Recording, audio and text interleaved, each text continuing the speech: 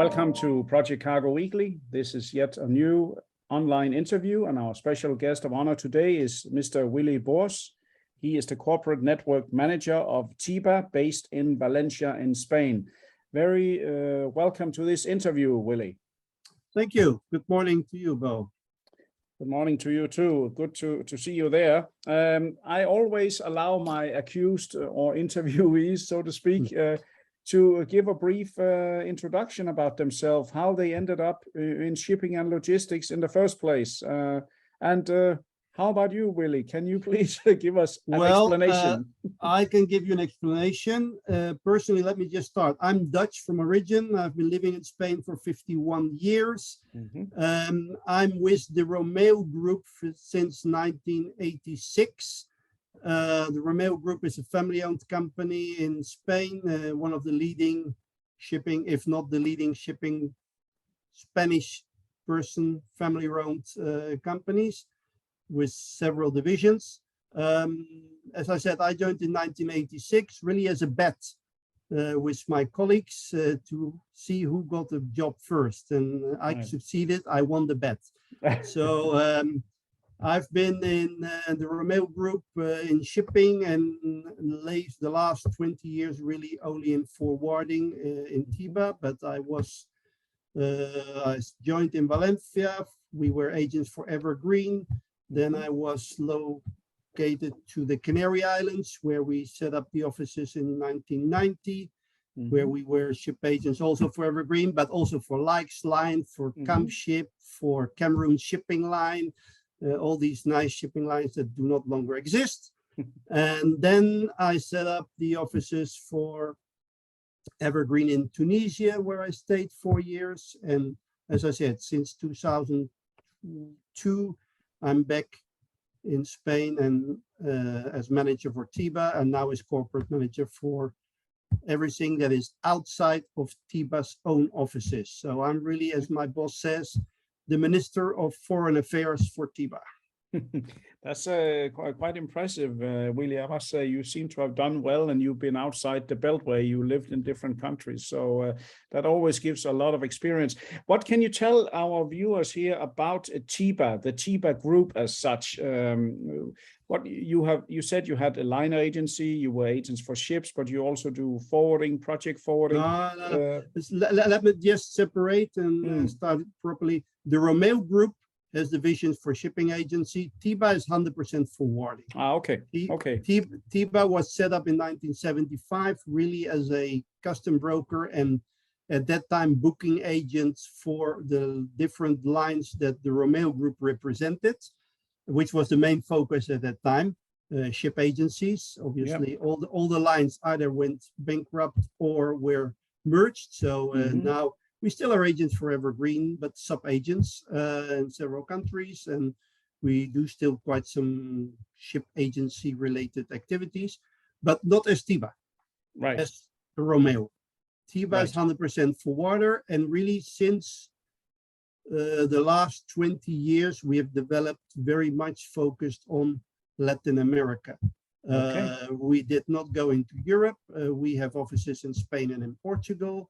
We have offices in Algeria. We have offices in Mozambique and Angola and Cape Verde. This is really because of the Portuguese influence there. But our focus has really been on South America. So we are in Mexico, in Guatemala, El Salvador, Panama.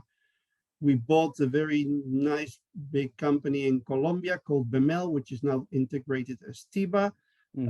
Ecuador, Peru, Chile, Argentina, and Uruguay. Dominican Republic, we have an office there as well.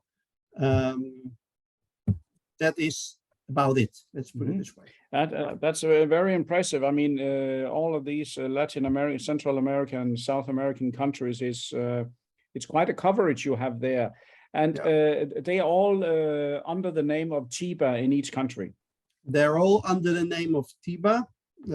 And they're all 100%, well, not 100%, you cannot, but they're all majority owned by the Romeo Group or TIBA Group. So it's not a subsidiary or whatever, it's own company. except Bemel, which is still as a fiscal name under Bemel, but 100% owned by TIBA. Okay. So, The name TIBA, now I don't know Spanish. I only know gracias and cervezas, but does TIBA mean, is it an abbreviation, or does it mean anything? No, it doesn't mean anything. And it's really very nice story as well, but I don't want to take too much time. But it's when we set up the company, right. The first thing that you needed was a telex machine. Well, now most of the people who will see this would maybe remember what a telex machine is, but right. Especially the young people won't. But telex machine, you had an answer back. Right. And when we applied for the number, I can still remember because I joined the company in the telex machine room. It was not 99099 TIBA. And when we set up the company, we said, well, what name do we give it? Well, we have TIBA, which is already registered in the email address, so why not call it TIBA? So this is where TIBA comes from. Yes, you and I belong, I think, to the same generation. I also remember the telexes with the long paper thing there. Yes, yeah, different from what you have now. But it worked, and we were as happy then as we are now, I think. Exactly. So, but about project cargo and various, logistics is a wide field. I mean, you have experience in moving also heavy pieces, don't you? Yes, we have a great experience in moving heavy pieces already before really TIBA set up its project division in 2000, 2001. Okay. But before that, we're already moving a lot of heavy pieces, mainly because of the different ship agencies that we represented it. Yeah. Especially Flotta Mercante, Likes Lines, things like that. They were not only containers, they were also heavy load and general cargo. And since 2001, we have a dedicated team in Spain for project cargo, which we have also created in our offices in Mexico, in Colombia, in Peru, in Chile, and Argentina. All centralized in Latin America by one control tower. In Spain, for instance, we did a lot for the America's Cup here. That was here in Valencia. We moved a lot of all the vessels around Europe and nice. All the pieces here. We've done a lot of windmill in Mexico and in Guatemala, a lot of generators, beer cylinders in tanks in Mexico and also in Colombia. In Colombia, we do a lot of break bulk as well, just for general break bulk cargo, but also a lot of heavy machinery, mining machinery, caterpillars, things like that. Here in Spain, we did a very big, we loaded the biggest air generator from Japan to Spain for testing, which was a 280 tons piece that had to be moved by road during 10 days, which was there's a nice video there on YouTube. You can check. We have experience. Also, a lot of industrial projects like relocation of factories from Spain, tile factories that moved to India and to China, textile factories that used to move to Pakistan, Bangladesh, and things like that. So we're involved in different areas. It sounds like you really have a very wide experience in the heavy field, and many of our viewers, as you might know, they are into project cargo and so on. One question, of course, comes to mind, since we are not ship owners, do you also face the same problem in Spain, as I hear from many other interviewees about the ship owners, or some of them are being fully booked, the nose is in the sky and the price is ridiculous? Is that the same in your area? Yes, this is the same. We have the same problem, not only in Spain, but also in South America, where we also handle a lot of solar projects, where all the trackers and things that used to move in containers, because there's no containers, are moving in break bulk, and it's the prices and to get space is extremely difficult. there is a big surge again in project or breakbulk vessels, and demand is increasing, and because of a lot of vessels were scrapped or reconverted, it's difficult to find regular space now. Yeah. And charter prices are rock high. Yes. Yes, no, we have the it's same problem. yeah, no, we've heard the same. We also see in recent times that some of the shipping lines are certainly even buying up freight forwarders to compete directly with the traditional freight forwarders. Some of the big lines, including the one behind you that bought a big one in Africa, right? Yes, yeah, but I think this is more focused on the port activities that they have. We will not say the names, but exactly. Everybody knows. Start with a B now, so okay. Yeah, you see it also.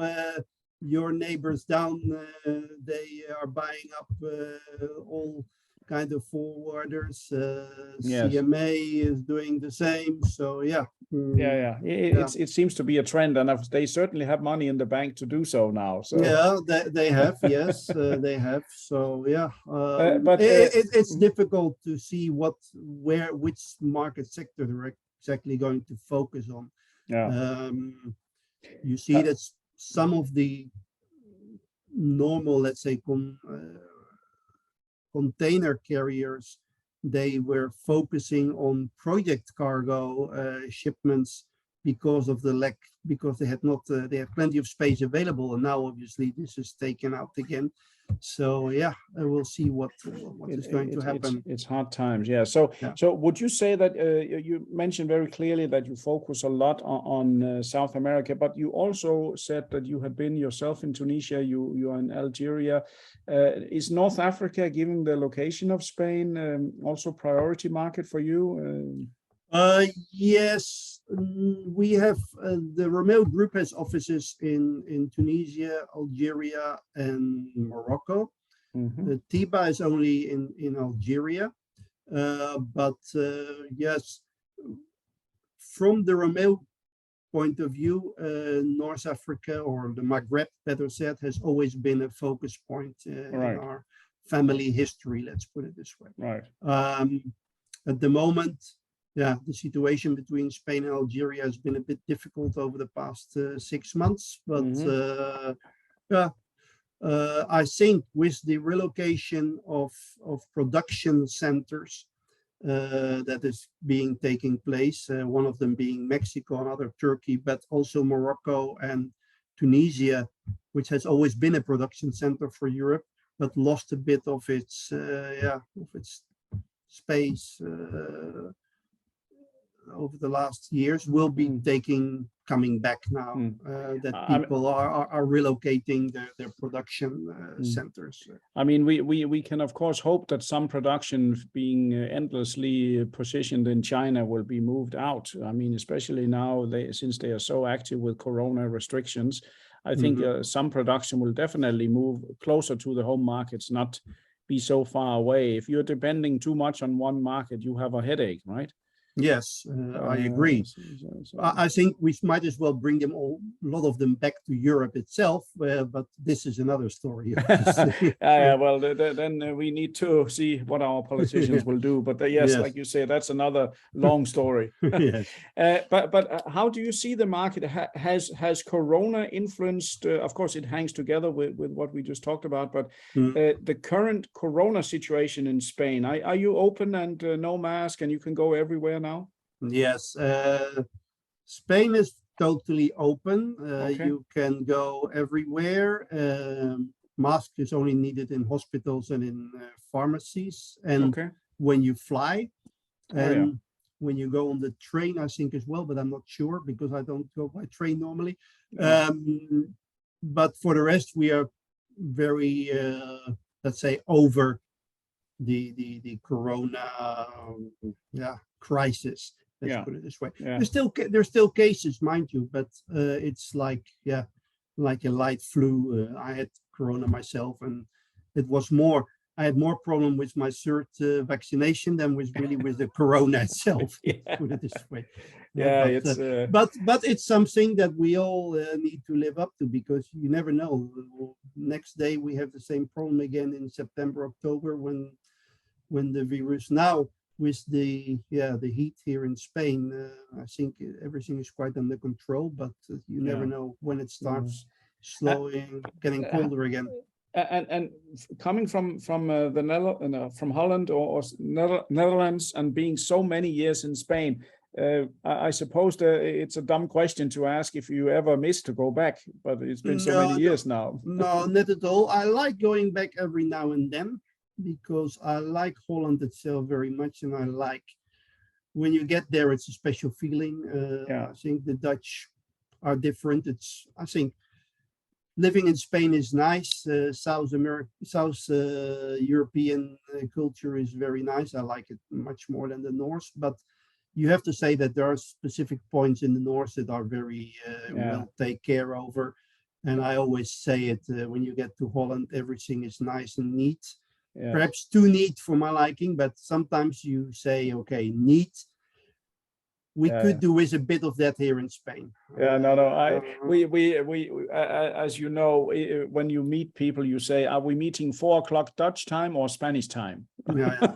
Well, here sometimes I have my own problems, but still, that I try always to keep schedule, but sometimes I'm not so. Okay, we're just 10 minutes late. Doesn't matter really. Can happen. It can happen. Yeah. No, but it sounds interesting. Certainly, TIBA is a bigger group than I originally thought, and I think many of our viewers are interested to know about your strength in Latin America and Central America, and even you are strong in the north of Africa, and of course, Spain is a major economy.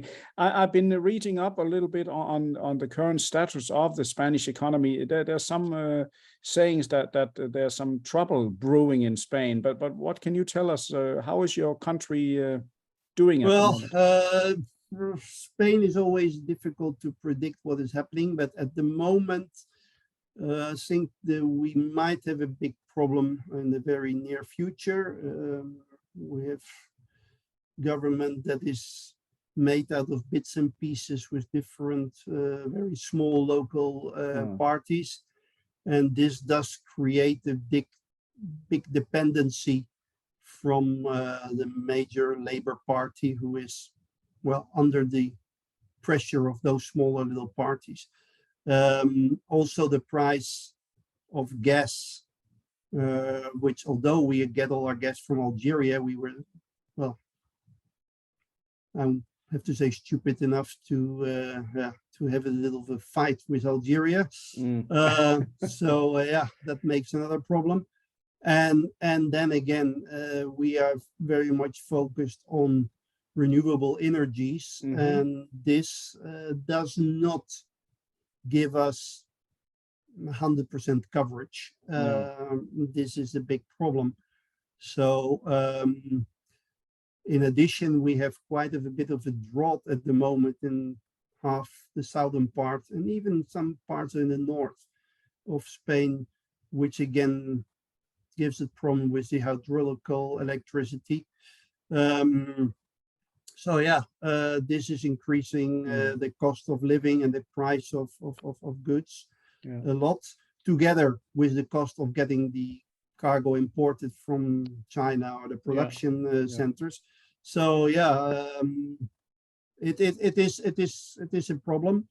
Inflation is much too high, and it seems not yet out of control, but nearly. I think some parts of Europe will have a cold winter. Even I saw Germany is starting to ration the gas and electricity now. So yes, we if you want to dance with the devil in the East, you have to pay, it seems. So. And as far as projects are concerned, Spain is doing well on projects. We had obviously due to Corona, there was a big drought as far as projects stopped or just finished, but not new contracted. Now things are starting to move again. Also in South America and Central America. So I think this is good for everybody. The oil and gas industry in different parts of the world is moving up again. It was also quite stopped for some time because lack of demand, but now obviously demand is back. So this is also, we are quite involved in the oil and gas. It seems the signs are positive. I heard from one ship owner, they were expecting that the oil and gas would almost be non-existing for project shipments, but certainly it's still ongoing as much as is renewable. So it's not only what can we do if the wind doesn't blow and the sun doesn't shine. I mean, we have to have more powers. Yeah. But listen, really, very interesting to hear from you on this point, and I really appreciate all your answers here. I want to formally say many thanks for joining this interview. You're welcome. My pleasure. It was also good seeing you, and I hope that the people enjoy at least. And for any additional information, just let them contact me. I'm sure they will. And to all our listeners, viewers, and readers from around the world, this was yet another great interview by Project Cargo Weekly. And our special guest of honor today has been Mr. Willy Boers. He's a corporate network manager of TIBA, based in Valencia, Spain. A most interesting person to talk to. Thank you very much, and stay tuned for further interviews in the near future. Thank you.